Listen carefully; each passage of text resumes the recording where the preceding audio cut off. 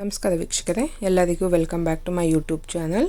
ಇವತ್ತಿನ ವಿಡಿಯೋದಲ್ಲಿ ನಾನು ನಿಮಗೆ ತಿಳಿಸ್ಕೊಡ್ತಾ ಇರೋದು EPFO ಅಲ್ಲಿ ನಿಮ್ಮ ಹೆಸರು ಚೇಂಜ್ ಇದ್ದರೆ ಯಾವ ರೀತಿ ಚೇಂಜ್ ಮಾಡೋದು ಹೇಗೆ. ಅಂದರೆ ನಿಮ್ಮ ಆಧಾರ್ ಕಾರ್ಡಲ್ಲಿ ಚೇಂಜ್ ಮಾಡಿರ್ತೀರ, ಆಧಾರ್ ಕಾರ್ಡಲ್ಲೇ ಒಂದು ಹೆಸರು ಇರುತ್ತೆ ಮತ್ತು ನಿಮ್ಮ PF ಅಲ್ಲೇ ಒಂದು ನೇಮ್ ಇರುತ್ತೆ. ಚೇಂಜ್ ಮಾಡ್ಕೊಳೋದು ಹೇಗೆ, ಯಾವ ರೀತಿ ನಿಮ್ಮ PF ಅಲ್ಲಿ ನೇಮ್ ಚೇಂಜ್ ಮಾಡ್ಕೊಳೋದು ಹೇಗೆ, ಡೇಟ್ ಆಫ್ ಬರ್ತ್ನ ಚೇಂಜ್ ಮಾಡ್ಕೊಳೋದು ಹೇಗೆ ಅನ್ನೋದನ್ನ ಈ ವಿಡಿಯೋದಲ್ಲಿ ತಿಳಿಸ್ಕೊಡ್ತಾ ಹೋಗ್ತೀನಿ. ಈ ವಿಡಿಯೋನ ಎಲ್ಲೂ ಸ್ಕಿಪ್ ಮಾಡ್ದಂಗೆ ಪೂರ್ತಿಯಾಗಿ ನೋಡಿದ್ರೆ ನಿಮಗೆ ಡೀಟೇಲಾಗಿ ಅರ್ಥ ಆಗುತ್ತೆ. ಯಾರೆಲ್ಲ EPFO ಮೆಂಬರ್ಸ್ ಇರ್ತಾರಲ್ಲ ಅವ್ರಿಗೆಲ್ಲ ಯೂಸ್ಫುಲ್ ಆಗೋ ವಿಡಿಯೋ ಅಂತಲೇ ಹೇಳ್ಬೋದು. ನಾನು ಈ EPFO ವಿಡಿಯೋದಲ್ಲಿ ತುಂಬ ವೀಡಿಯೋಸ್ ಮಾಡಿದ್ದೀನಿ.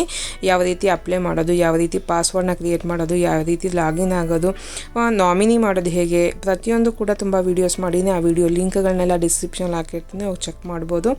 ಈಗ ವಿಡಿಯೋನ ಶುರು ಮಾಡೋದಕ್ಕೂ ಮುಂಚೆ ಇನ್ನೂ ಚಾನಲ್ಗೆ ಯಾರೆಲ್ಲ ಸಬ್ಸ್ಕ್ರೈಬ್ ಆಗಿಲ್ಲ ಪ್ಲೀಸ್ ಸಬ್ಸ್ಕ್ರೈಬ್ ಆಗಿ ಬೆಲ್ ಐಕಾನ್ನ ಒತ್ತಿ ಅಂತ ಹೇಳ್ತಾ ನೋಡ್ಬೋದು. ನಿಮ್ಮ ಗೂಗಲ್ಗೆ ಹೋಗ್ಬಿಟ್ಟು ಅಂದರೆ ನಿಮ್ಮ ಫೋನೆಲ್ಲ ಗೂಗಲ್ಗೆ ಹೋಗ್ಬಿಟ್ಟು EPFO ಅಂತ ಸರ್ಚ್ ಕೊಟ್ಟರೆ UN ಅಂತ ಓಪನ್ ಆಗುತ್ತೆ. UN ಮೇಲೆ ಕ್ಲಿಕ್ನ ಮಾಡಿ, UN ಮೇಲೆ ಕ್ಲಿಕ್ ಮಾಡುತ್ತಾ ವೆಬ್ಸೈಟ್ ಓಪನ್ ಆಗಿದೆ. ಈ ವೆಬ್ಸೈಟ್ ಲಿಂಕ್ನ ನಾನು ಡೈರೆಕ್ಟಾಗಿ ಡಿಸ್ಕ್ರಿಪ್ಷನಲ್ಲಿ ಕೊಟ್ಟಿದ್ದು ಹೋಗಿ ಚೆಕ್ ಮಾಡ್ಬೋದು. ಅದ್ರ ಮೇಲೆ ಕ್ಲಿಕ್ನ ಮಾಡಿದ್ರೆ ಡೈರೆಕ್ಟಾಗಿ ಈ ಥರ ಯೂನಿವರ್ಸಲ್ ಅಕೌಂಟ್ ನಂಬರ್ ಅಂತ ಅಂದ್ಬಿಟ್ಟು ಓಪನ್ ಆಗುತ್ತೆ, UNA ಅಂತ ಅಂದ್ಬಿಟ್ಟು. ಇಲ್ಲಿ ನಿಮಗೆ ಫಸ್ಟು ಲಾಗಿನ್ ಆಗಬೇಕಾಗತ್ತೆ. ಲಾಗಿನ್ ಆಗೋದಕ್ಕೆ ತಿಳಿಸ್ಕೊಡ್ತೀನಿ ನೋಡ್ಬೋದು. ಇಲ್ಲಿ UN ನಂಬರ್ ಅಂತ ಕಾಣ್ತಿದ್ದಿಲ್ಲ, UN ನಂಬರ್ನ ನೀವು ಹಾಕೋಬೇಕಾಗತ್ತೆ. ಮತ್ತು ನೀವು ಪಾಸ್ವರ್ಡ್ ಏನಿರುತ್ತಲ್ಲ ಪಾಸ್ವರ್ಡ್ನ ಹಾಕೋಬೇಕಾಗತ್ತೆ. ಹೇಗಪ್ಪ ನೀವು ಪಾಸ್ವರ್ಡು ನೇಮೇ ಮಿಸ್ ಮ್ಯಾಚ್ ಇಲ್ದಿದ್ದಾಗ ಪಾಸ್ವರ್ಡು ಎಕ್ಸ್ಪೈರಿ ಆಗೋಗಿದೆ, ಮಿಸ್ ಮ್ಯಾಚ್ ಆಗಿದೆ, ಯಾವ ರೀತಿ ಪಾಸ್ವರ್ಡ್ನ ಕ್ರಿಯೇಟ್ ಮಾಡ್ಕೊಳೋದು ಅನ್ನೋದನ್ನು ನಾನು ನೆಕ್ಸ್ಟ್ ವೀಡಿಯೋದಲ್ಲಿ ತೋರಿಸ್ಕೊಡ್ತೀನಿ. ಯಾಕೆಂದರೆ ನಾನು ಮರ್ತು ಬಿಟ್ಟಿದ್ದೆ ಈ ವಿಡಿಯೋ ಮಾಡೋ ಟೈಮಲ್ಲಿ ಆ ಪಾಸ್ವರ್ಡ್ನ ಕೂಡ ಯಾವ ರೀತಿ ಹಾಕ್ಕೊಳೋದು ಹೇಗೆ ಅನ್ನೋದನ್ನ ನೆಕ್ಸ್ಟ್ ಟೈಮ್ ನಿಮಗೆ ಆ ರೀತಿ ಯಾವ ರೀತಿ ಮಿಸ್ ಮ್ಯಾಚ್ ಇದ್ದಾಗ ಪಾಸ್ವರ್ಡ್ನ ಹಾಕೋಬೇಕು, ಕ್ರಿಯೇಟ್ನ ಮಾಡ್ಕೋಬೇಕು ಅನ್ನೋದನ್ನ ತಿಳಿಸ್ಕೊಡ್ತೀನಿ. ಈಗ ನೋಡಿ UN ನಂಬರ್ ಹಾಕ್ಕೊಂಡು ಪಾಸ್ವರ್ಡ್ನ ಹಾಕೊಂಡಾದ್ಮೇಲೆ ಇಲ್ಲಿ ಸೈನ್ ಇನ್ ಅಂತ ಇದೆಯಲ್ಲ, ಸೈನ್ ಇನ್ ಮೇಲೆ ಕ್ಲಿಕ್ನ ಮಾಡಿ. ಕ್ಲಿಕ್ ಆಗಿದ ತಕ್ಷಣ ನಿಮಗೆ ನೆಕ್ಸ್ಟ್ ಪೇಜ್ ಇರ್ತದೆ ಓಪನ್ ಆಗುತ್ತೆ, ನೋಡ್ತಾ ಇರ್ಬೋದು. OTP has been sent on registered mobile number ಅಂತ ತೋರಿಸ್ತಾ ಇದೆ, ಅಲಾಂಗ್ ವಿತ್ OTP ಅಂತ. ಲಾಗಿನ್ ಸೆಕೆಂಡ್ ಫ್ಯಾಕ್ಟರ್ ಅಥೆಂಟಿಕೇಷನ್ ಅಂತ ಇಲ್ಲಿ ಬಂದಂಥ OTPನ ಅಲ್ಲಿ ಹಾಕ್ಕೊಂಡು ಇಲ್ಲಿ ಸಬ್ಮಿಟ್ ಅಂತ ಇದೆಯಲ್ಲ ಅದು ಸಬ್ಮಿಟ್ ಮೇಲೆ ಕ್ಲಿಕ್ನ ಮಾಡಿ. ಕ್ಲಿಕ್ ಆಗಿದ ತಕ್ಷಣ ಲಾಗಿನ್ ಆಗುತ್ತೆ. ಲಾಗಿನ್ ಆಗಿದ ತಕ್ಷಣ ಅಲರ್ಟ್ ಮೆಸೇಜ್ ತೋರಿಸ್ತಾ ಇದೆ. ಇಲ್ಲಿ ನಾಮಿನಿ ಇನ್ನೂ ಆಗಿಲ್ಲ ಇವ್ರದ್ದು, ಅದಕ್ಕೋಸ್ಕರ ನಾಮಿನಿ ತೋರಿಸ್ತಾ ಇದೆ. ನಿಮಗೆ ನಾಮಿನಿ ಮಾಡೋದು ಹೇಗೆ ನಾವು ವಿಡಿಯೋನ ಡಿಸ್ಕ್ರಿಪ್ಷನಲ್ಲಿ ಹಾಕಿರ್ತೀನಿ, ಅದು ನೋಡ್ಕೊಂಡು ನೀವು ನಾಮಿನಿ ಆಗಿಲ್ಲ ಅಂದರೆ ಮಾಡ್ಕೋಬೋದಾಗುತ್ತೆ. ಇವಾಗ ನೋಡ್ಬೋದು ಇಲ್ಲಿ ಡೀಟೇಲ್ಸ್ ಎಲ್ಲ ಇಲ್ಲಿ ವೆರಿಫೈ ಮಾಡ್ಕೋಬೋದು. ಬ್ಯಾಂಕ್ ಅಕೌಂಟ್ ಎಲ್ಲ ಲಿಂಕ್ ಆಗಿದೆ, ಏನೆಲ್ಲ ಕತೆ ಎಲ್ಲ ನೋಡ್ಕೋಬೋದು. ಇಲ್ಲಿ ವೆಬ್ ಪ್ರೊಫೈಲಲ್ಲೇ ಕ್ಲಿಕ್ ಮಾಡಿದೆ ಎಲ್ಲ ಇನ್ಫಾರ್ಮೇಷನ್ ನೋಡ್ಬೋದು. ಈಗ ಇಲ್ಲಿ ಏನು ನೋಡ್ತಾ ಇಲ್ಲ EPFO ಅಲ್ಲಿ ವೆಬ್ಸೈಟಲ್ಲಿ ಇದೆಲ್ಲ ಫುಲ್ ಅಪ್ಡೇಟ್ ಆಗಿದೆ. ಇವಾಗ ಹೊಸ ವರ್ಷನೇ ಅಂತ ಹೇಳ್ಬೋದು. ಇತ್ತೀಚೆಗಷ್ಟೇ ಒಂದು ತಿಂಗಳಿಂದ ಇದು ಕ್ವಿಕ್ ಲಿಂಕ್ಸ್ ಎಲ್ಲ ಓಪನ್ ಆಗಿದೆ, ಹೊಸ ಔಟ್ಲುಕ್ ಎಲ್ಲ ಆಗಿದೆ. ಇದ್ರ ಬಗ್ಗೆ ಕೂಡ ನಾನು ವಿಡಿಯೋ ಮಾಡಿ ನಿಮ್ಮ ಜೊತೆ ಶೇರ್ ಮಾಡಿದ್ದೀನಿ, ಆ ವಿಡಿಯೋ ಕೂಡ ನೋಡ್ಬೋದು. ಆ ಲಿಂಕ್ನ ಕೂಡ ಡಿಸ್ಕ್ರಿಪ್ಷನಲ್ಲಿ ಹಾಕಿದ್ದೀನಿ. ಇವಾಗ ನೇಮ್ ಚೇಂಜ್ ಮಾಡೋದು ಹೇಗೆ ಅನ್ನೋದನ್ನ ತಿಳಿಸ್ಕೊಡ್ತೀನಿ. ಮೇಲೆ ಓದಿ ನೋಡ್ತಾ ಇಲ್ಲ, ಮೇಲ್ಗಡೆ ಹೋಮು ವ್ಯೂ ಅಂತ ಇದೆಯಲ್ಲ, ವಿ ಪಕ್ಕದಲ್ಲಿ ಮ್ಯಾನೇಜ್ ಅಂತ ಇದೆಯಲ್ಲ, ಮ್ಯಾನೇಜ್ ಮೇಲೆ ಕ್ಲಿಕ್ನ ಮಾಡ್ಕೋಬೇಕಾಗುತ್ತೆ.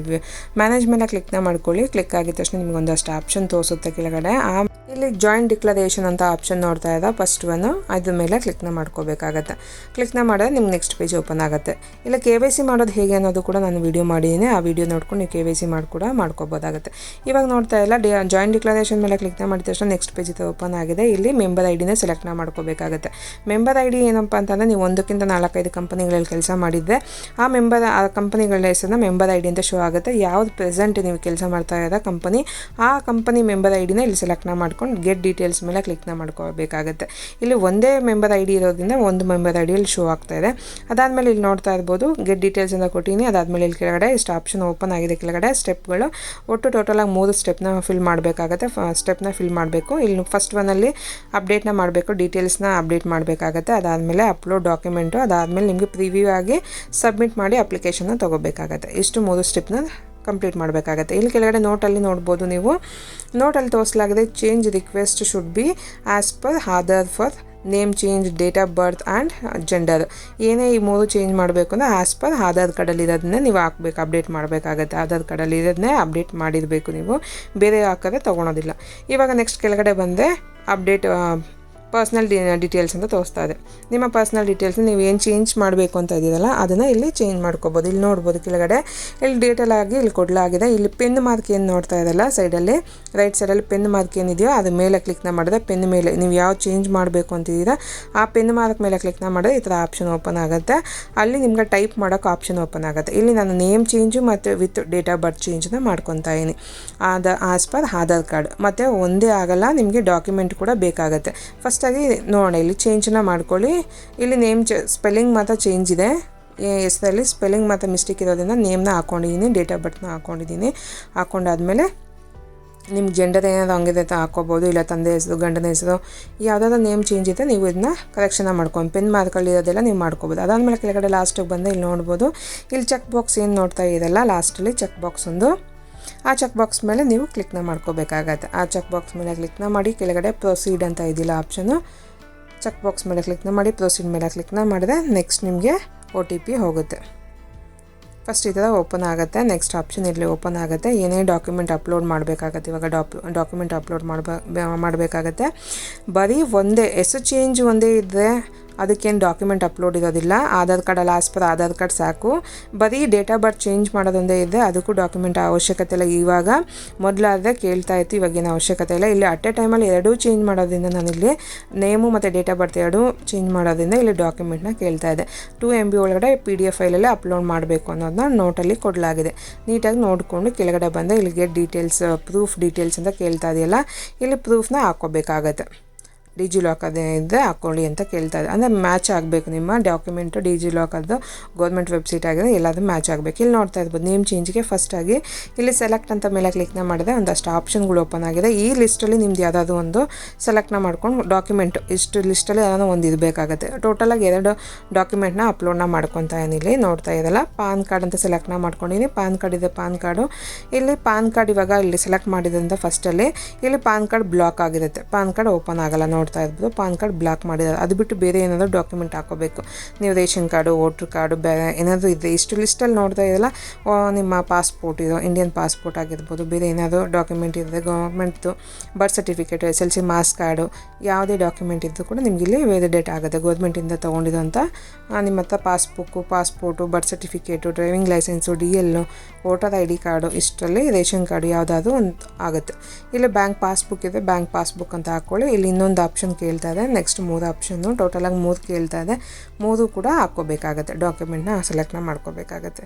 ನಾನಿವಾಗ ಇಲ್ಲಿ ಎಷ್ಟು ಸೆಲೆಕ್ಟ್ ಆದಮೇಲೆ ನಿಮಗೆ ಒಂದು 3 ಇಂದ 4 ಡಾಕ್ಯುಮೆಂಟು ಸೇಮ್ ಇವಾಗ ಏನು ಚೇಂಜ್ ಮಾಡ್ತಾ ಇರಲ್ಲ ಆ document voter card, PAN card, Aadhaar card, ಇಲ್ಲ ಆಧಾರ್ ಕಾರ್ಡ್ ತೆಗೆದುಬಿಟ್ಟಿದೆ, ಆಧಾರ್ ಕಾರ್ಡ್ ಮ್ಯಾಚ್ ಸೇಮ್ ಅದು ಆಸ್ ಪರ್ ಆಧಾರ್ ಕಾರ್ಡ್ ಇರೋದ್ರಿಂದ ಆಧಾರ್ ಕಾರ್ಡ್ ಇರೋದಿಲ್ಲ. ಪಾನ್ ಕಾರ್ಡು, ವೋಟ್ರ್ ಕಾರ್ಡು, ನಿಮ್ಮದು ರೇಷನ್ ಕಾರ್ಡು, ಇಲ್ಲ SLC marks card, school certificate ಯಾವುದಾದ್ರು ಇದ್ದರೆ ಆಗುತ್ತೆ.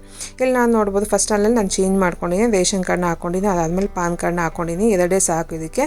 ಆಗಿರೋದ್ರಿಂದ ಇಲ್ಲಿ ಅಪ್ಲೋಡ್ನ ಮಾಡ್ಕೊತಾನೆ. ಚೂಸ್ ಫೈಲ್ ಮೇಲೆ ಕ್ಲಿಕ್ನ ಮಾಡಿಕೊಂಡು ಫೈಲ್ನ ನೀವು ಸೇವ್ ಮಾಡಿ ಇಟ್ಕೊಂಡಿದ್ದೀರಲ್ಲ, ನೀಟಾಗಿ ಕ್ರಾಪ್ ಮಾಡ್ಕೊಂಡು ಇಟ್ಕೊಂಡಿರ್ತೀರ ಆ ಫೋಟೋನ ಇಲ್ಲಿ ಚೂಸ್ ಫೈಲ್ ಮೇಲೆ ಕ್ಲಿಕ್ನ ಮಾಡಿ ಪಾನ್ ಕಾರ್ಡ್ನ ಇಲ್ಲಿ ಅಪ್ಲೋಡ್ನ ಮಾಡ್ಕೊತಾರೆ. ಫಸ್ಟಾಗಿ ರೇಷನ್ ಕಾರ್ಡ್ ಅಪ್ಲೋಡ್ ಮಾಡ್ಕೊಂಡಿದ್ದೀನಿ, ಸೆಕೆಂಡ್ ಒಂದು ನಾನು ಪಾನ್ ಕಾರ್ಡ್ನ ಅಪ್ಲೋಡ್ನ ಮಾಡ್ಕೊಂಡಿದ್ದೀನಿ. 3 ಬೇಕಾಗಿಲ್ಲ ಇವಾಗ ನನಗಿಲ್ಲೇ.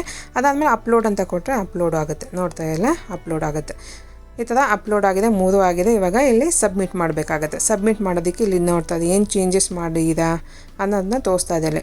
ಕೆಳಗಡೆ ಏನು ನೀವು ಚೇಂಜಸ್ ಮಾಡಿದೆ, ಫಸ್ಟ್ ಏನಿತ್ತು ಇವಾಗೇನು ಬೇಕಾಗಿದೆ ನಿಮಗೆ, ಇವಾಗ ನೆಕ್ಸ್ಟ್ ಏನು ಚೇಂಜ್ ಆಗಬೇಕಾಗಿದೆ ಅನ್ನೋದನ್ನ ತೋರಿಸ್ತಾ ಇದೆ.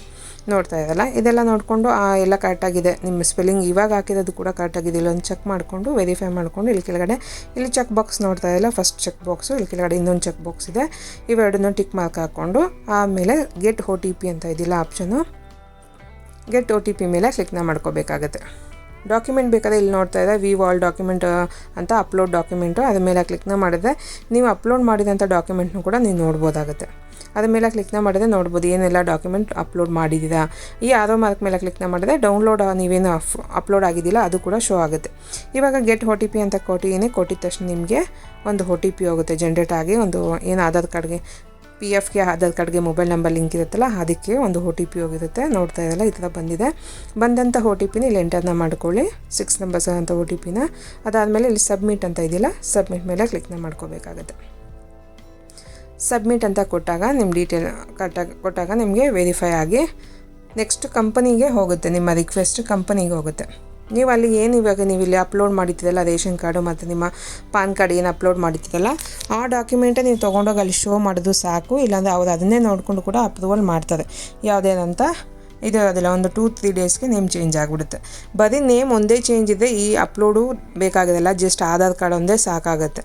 ಬರೀ ನೇಮ್ ಆಗಿರ್ಬೋದು ಒಂದೇ, ಇಲ್ಲಾಂದರೆ ಬರೀ ಡೇಟ್ ಆಫ್ ಬರ್ತ್ ಆಗಿದ್ರು ಕೂಡ ನಿಮಗೆ ಇದೆಲ್ಲ ಅಪ್ಲೋಡ್ ಮಾಡೋ ಅವಶ್ಯಕತೆನೇ ಇರೋದಿಲ್ಲ.